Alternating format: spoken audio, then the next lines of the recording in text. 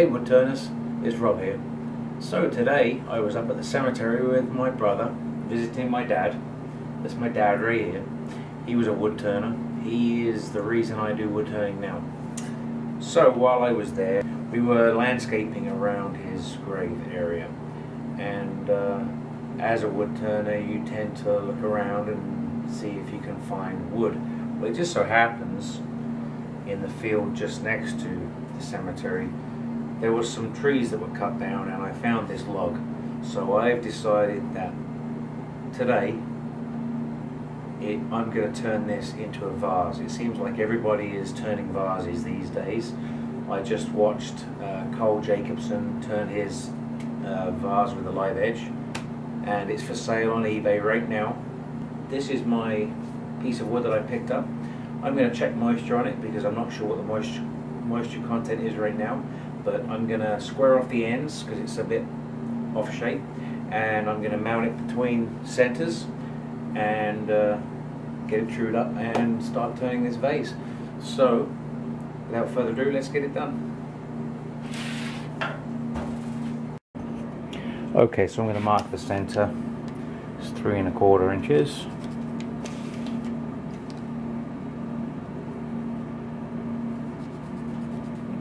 Center isn't necessarily where the pith is because you don't know how the piece of wood grew, so as you can see from this there is a pith there.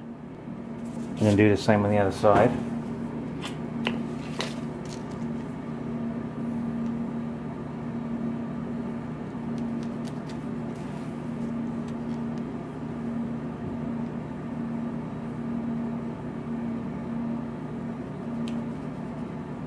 Okay.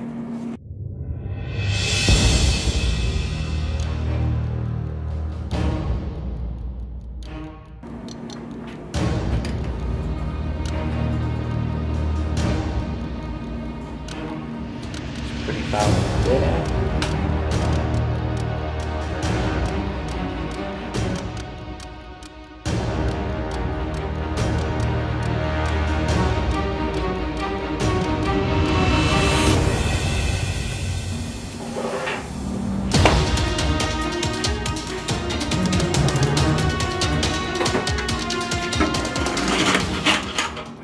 My bad.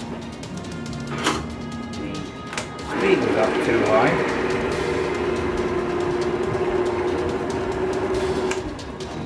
So you really do have to be careful.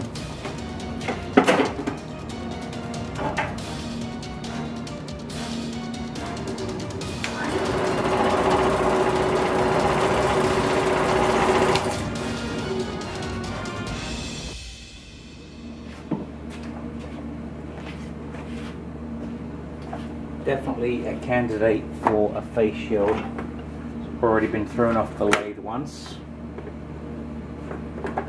I do not want to take this in the face.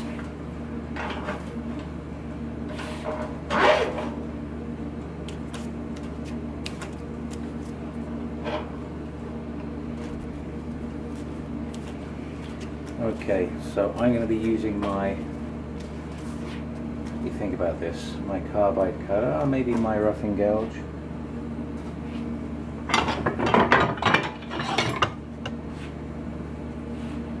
Nice light cuts.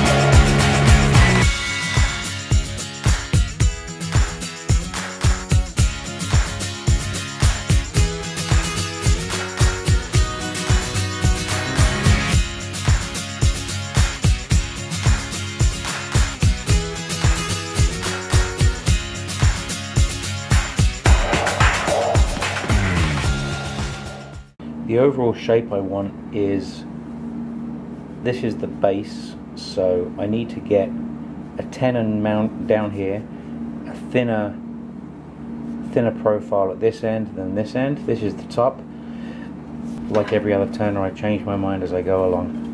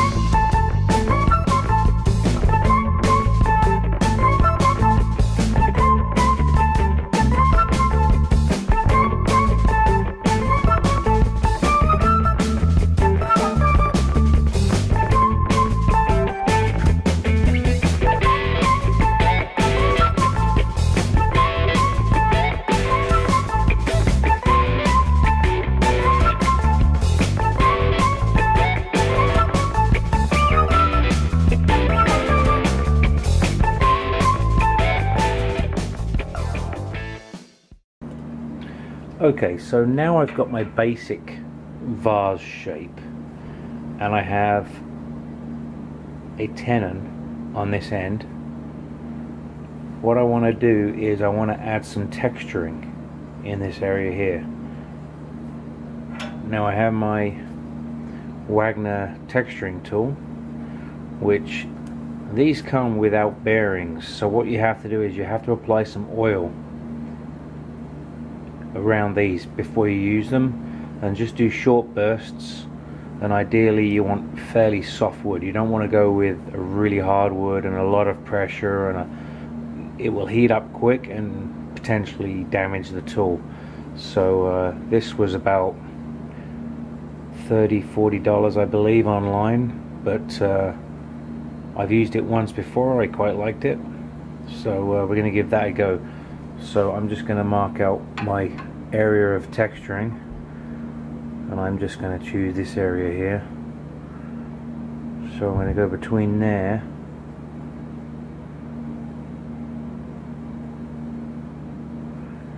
and there, and what I'm going to do is I'm just going to make a line there with my pencil.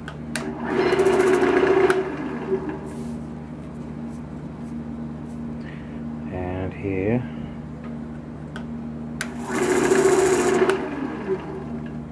and what I'm going to do is I'm going to use my skew just to mark where I'm going to start and finish my texturing.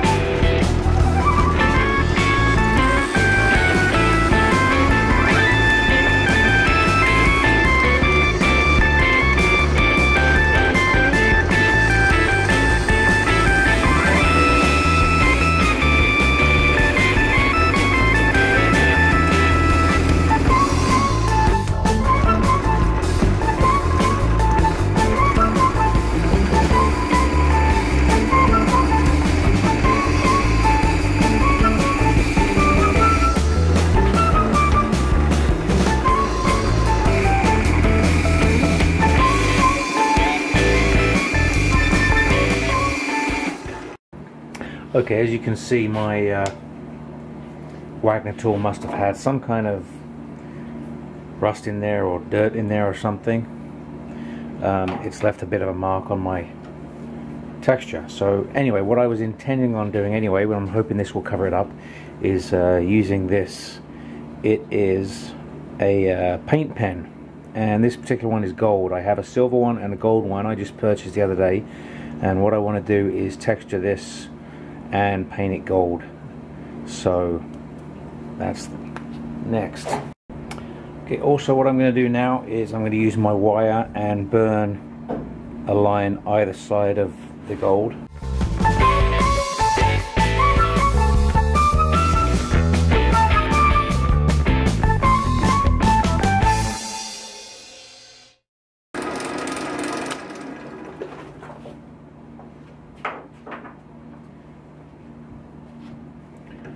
Okay, right now what I'm going to do is I'm going to get some Danish oil on the outside, and then maybe sand down to 1500 grit. Right now it's at 600 grit. I'm going to sand it down to 1500 grit with Danish oil. Okay, so I've got the vase reverse chucked, and I have my Forstner bit, and I'm going to drill in as far as I can into this vessel, and then begin hollowing. Now I've got the speed down as slow as it will go, and I'm just going to take light cuts and take my time.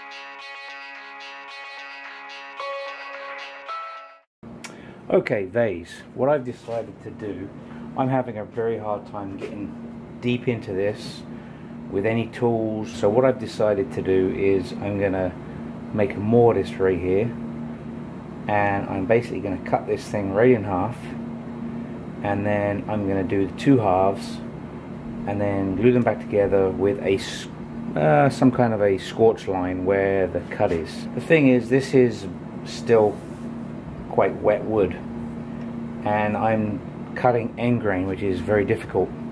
So those are my issues: wet wood, it's end grain, and it's deep, so it's difficult to, I'm finding it difficult to cut.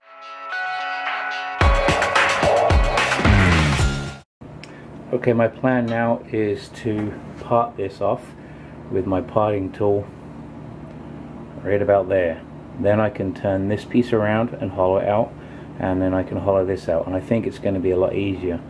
It's going to be an interesting design change.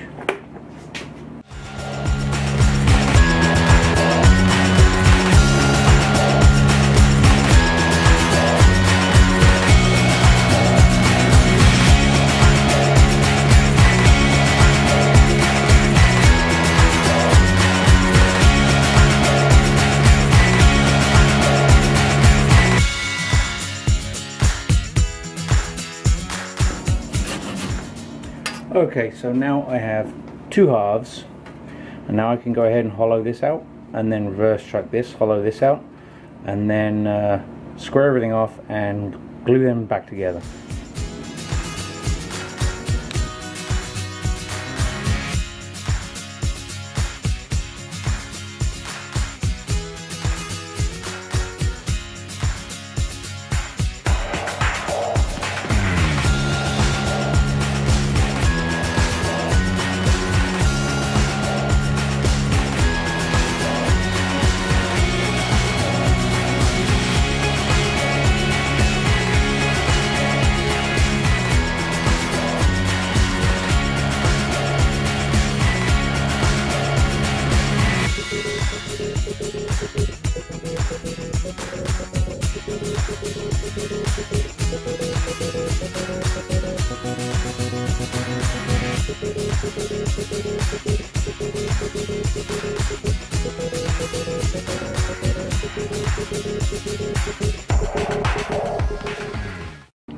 Okay, so I've hollowed this out.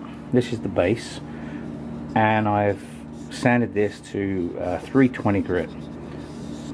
So what I'm going to do now, I'm going to hollow this piece, this top piece out to the same inside diameter as this, because right now, if I change the camera angle for a second. Okay, so where I parted this off, there's material missing. So now you can see that this piece is wider than this piece. So what I will end up having to do is to return this down to this diameter and refinishing. So I need to make sure that the two inside diameters are the same, and then when I glue them back together I can turn the whole thing around and refinish this so that it matches, not worry about breaking through because the inside diameter needs to be the same as this. So without further ado, I will get this hollowed out.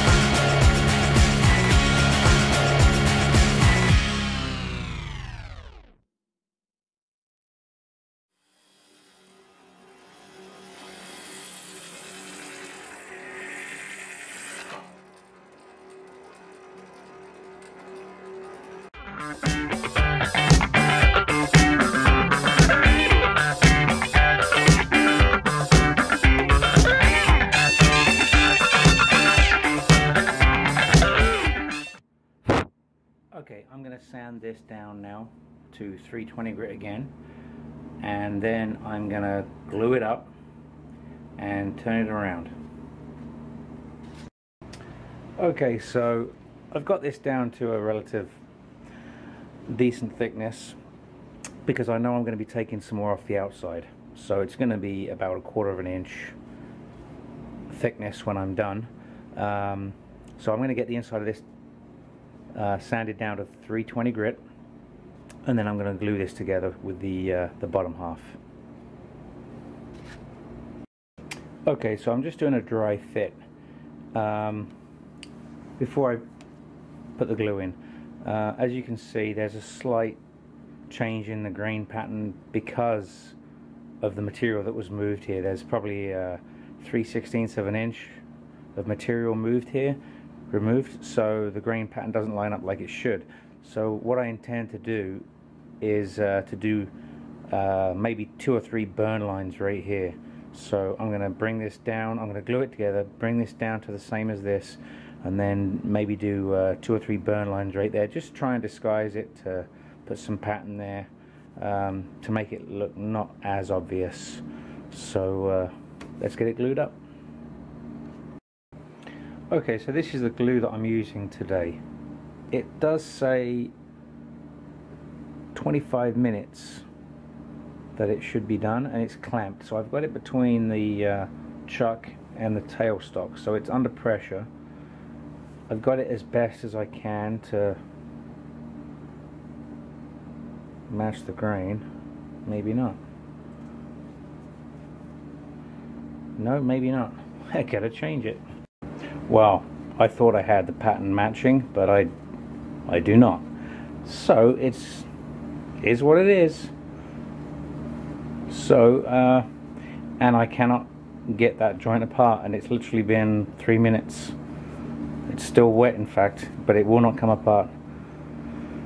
So what I'm going to do is I'm going to just let it dry as it is. Putting this back together again, I messed up the grain pattern. I didn't realize, but I did.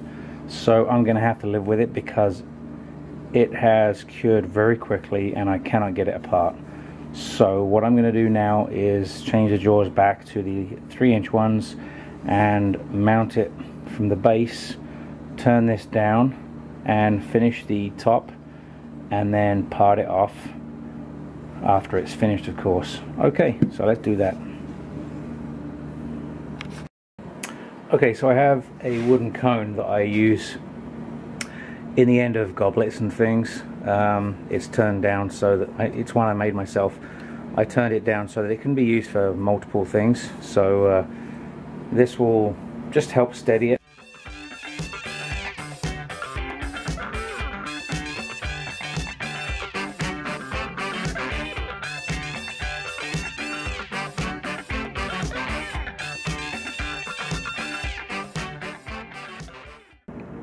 Okay, so now I've got it trued up, and I'm pretty happy with it, considering I messed up the grain pattern, but that's okay. I think it'll get hidden quite well with the burn line. What I want to do is finish this top edge, and I'm considering texturing the top edge, but I'm going to think about that. First of all, I'm going to get this hollowing done.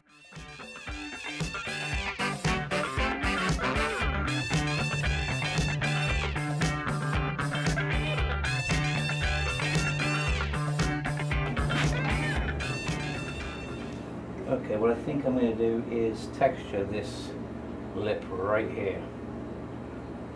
So, I'm going to get my pencil and mark a line right there.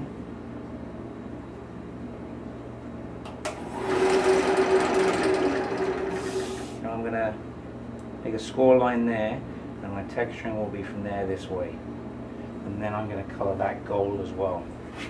Okay, so I'm going to use my skew just to make a score line there.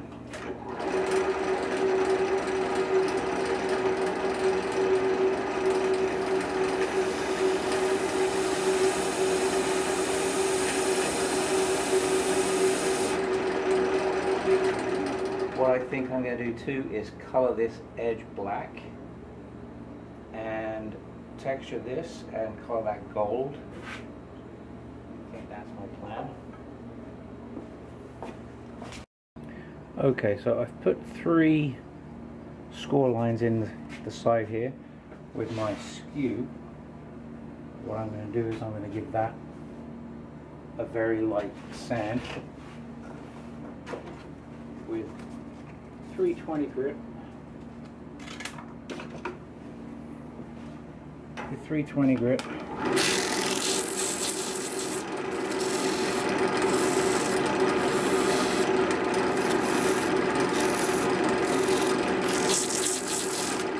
Just to get rid of the fluffies. Now what I'm going to do is I'm going to use my burn wire. Now I have this guitar string with 2 blocks of wood at the end, both ends, so I don't actually hold the string. You do not want to hold the string. And I'm going to make my burn lines right now.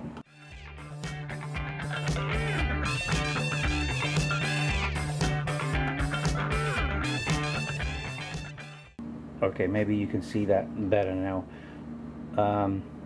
So I've got my 2 burn lines and 1 in the middle, which is where my cut is, that I didn't burn because it didn't seem to want to, because of the glue, I'm guessing. So I think I'm happy with that. Now the top edge, I'm going to deal with that now. I'm going to do some texturing and a little bit of black coloring and some gold coloring. Okay, so again I got my Wagner texturing tool and the speed down low on the lathe and short bursts. I put a little bit of oil in here because there's no bearings.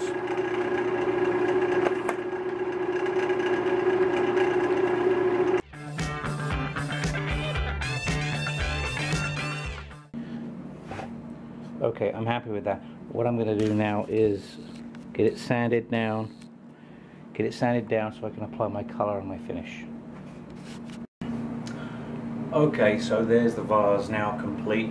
I've parted it off at the bottom. It's 7 inches tall by 4 inches wide at the widest part, and the texturing on the top is done, and the side, the burn lines, coloring. Not a bad piece of wood, and it doesn't seem to have moved. The moisture content was a little high, but so far so good. It seems okay. I want to thank you guys for watching this video, and if you take nothing from it other than be safe and wear your face shield at all times, even when you're just starting out, before you even put a tool in your hand. You saw how that piece of wood just flew off the lathe at me, and it was my own mistake. I had the speed set too high before I started. So make sure when you finish with the lathe you turn your speed down and make sure you're safe. Stand aside. I was standing aside when that wood flew off, so it didn't actually hit me. But if I was standing in front of it, it looked like it would have hit me clean in the face, in the face shield. So please guys, be safe. I'm going to show that video clip at the full speed and then slow speed at the end, and then I'll have a couple of photographs of this vase at the end for you guys to look at. And again, be safe, turn safe, and appreciate you guys for watching. Take care now.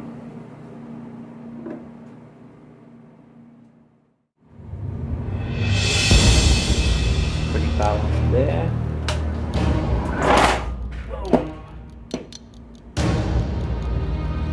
And that was thrown off at me.